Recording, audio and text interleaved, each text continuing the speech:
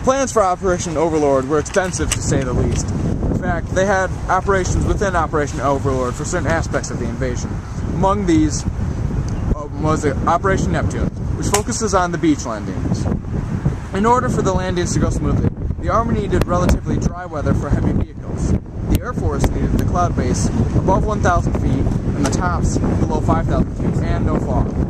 Also, the Navy needed a day with minimal swells in the channel and visibility above 2 miles. When the day planned of the invasion arrived, Eisenhower postponed the invasion by 24 hours due to the forecast for bad weather. Another part of Operation Neptune was to select beaches which were acceptable. They needed to be able to maintain the assault force during the beginning phases. With these criteria, they selected 5 beaches: Utah, Omaha, Gold, Juneau. Another operation was Operation Fortitude. This was meant to trick the Germans into believing the attack was coming at Calais, a different beach. They built thousands of fake tanks, airplanes, and landing craft, and blasted sound effects of marching boots and shouting officers. They also sent phony radio messages about landing supplies that were meant to be intercepted by the Germans. In response, one of the top generals, Erwin Rommel, sent 200,000 soldiers to Calais. Prior to D-Day, there were only 100,000 American soldiers in Britain. However, when D-Day was being planned, Eisenhower called in another 1.6 million. By D-Day, 1 in every 27 people in Britain were American. And people joked that Britain was going to submerge into the ocean under the weight of all the equipment.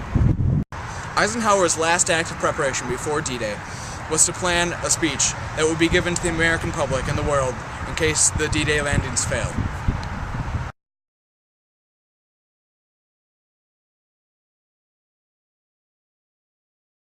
The plan for Operation Overlord was to have the troops attack in waves.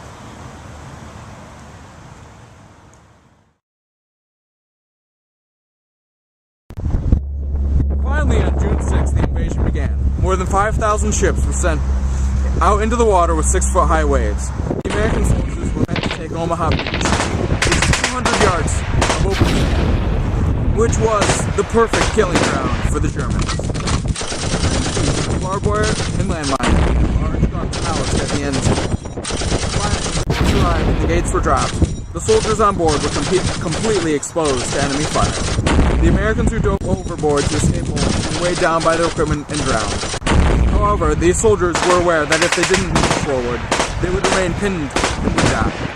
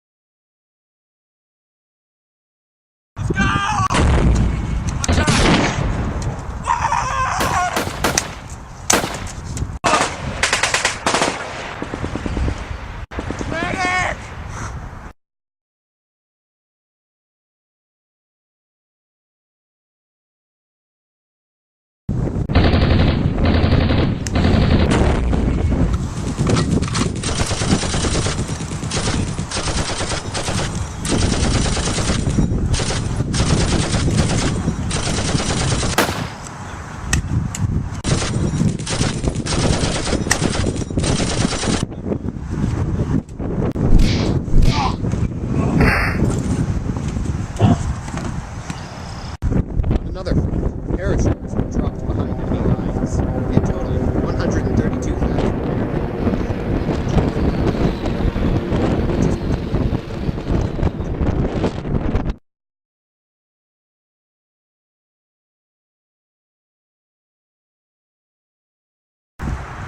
By the middle of June, the Allies were still within 10 miles of the beach. In addition, it took 26,000 tons a day just to keep the army supplied. One of the main reasons for this was because the countryside of Normandy, called the Bocage, was incredibly good for defensive warfare. It was filled with small fields and hedges and indentations in the ground, and it made tanks pretty much useless. Finally, when the Allies had pushed farther on, they started to slow once again because of lack of fuel for their vehicles. In addition, one of the generals, Montgomery, wanted to take and change the strategy and sweep northward with one of the forces to open up more land on the shores to bring in more supplies. However, Eisenhower had decided to continue to keep the plan that they had decided on prior and just move the entire front east. However, Montgomery took his soldiers anyway and went north trying to take a bridgehead. He failed, but it did not affect the overall outcome of the war.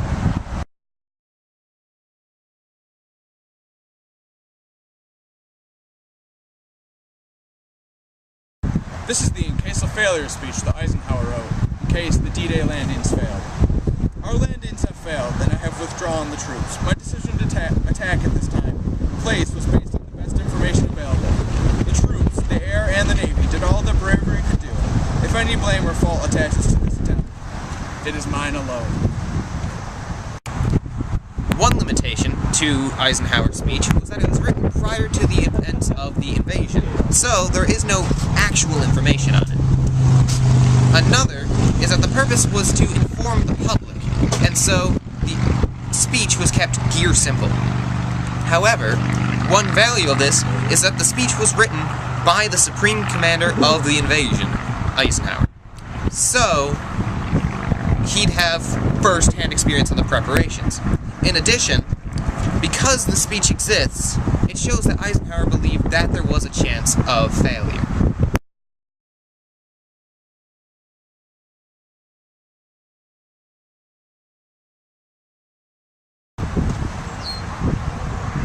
This source is limited by the fact that because they focus on the personal experiences of the soldiers, they don't cover many key events inside the battle. In addition, since it originates from 24/7, it's not as valuable because 24/7 covers many other topics, including crime scene investigation. So it's not a dedicated historical series. However, the origin is valuable because 24/7 has covered many other wars in their novels. In addition, since the purpose is to describe personal experiences of the soldiers, it contains a lot of primary sources and quotes from soldiers who they interviewed afterwards.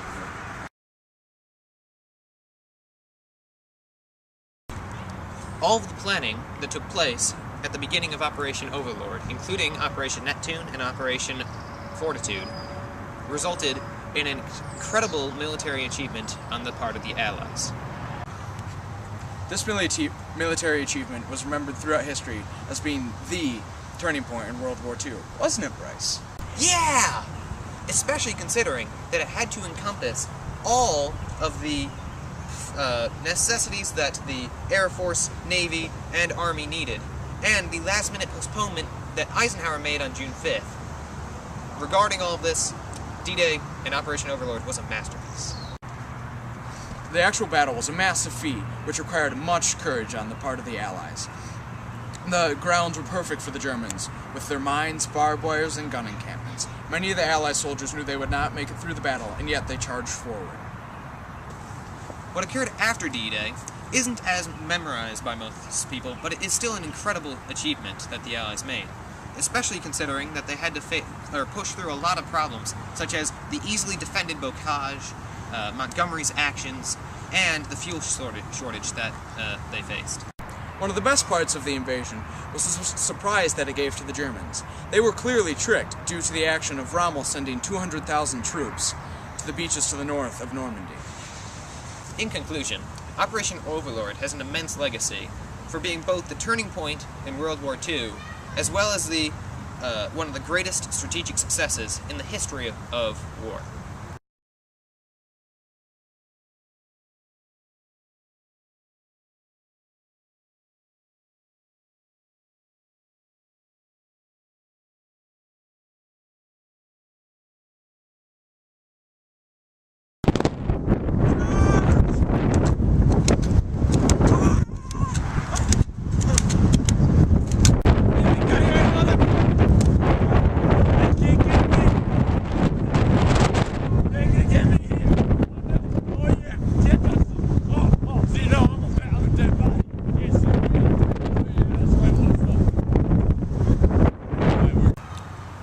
occurred after the storming of the beaches is less memorable to most people. However, the events were still incredible.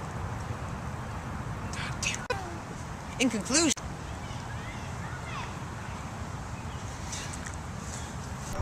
Go!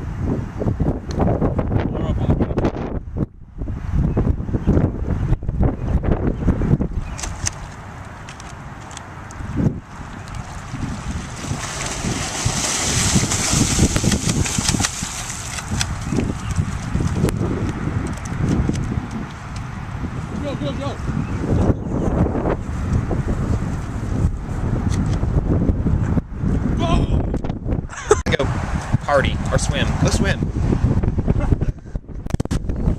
Hey, Chase!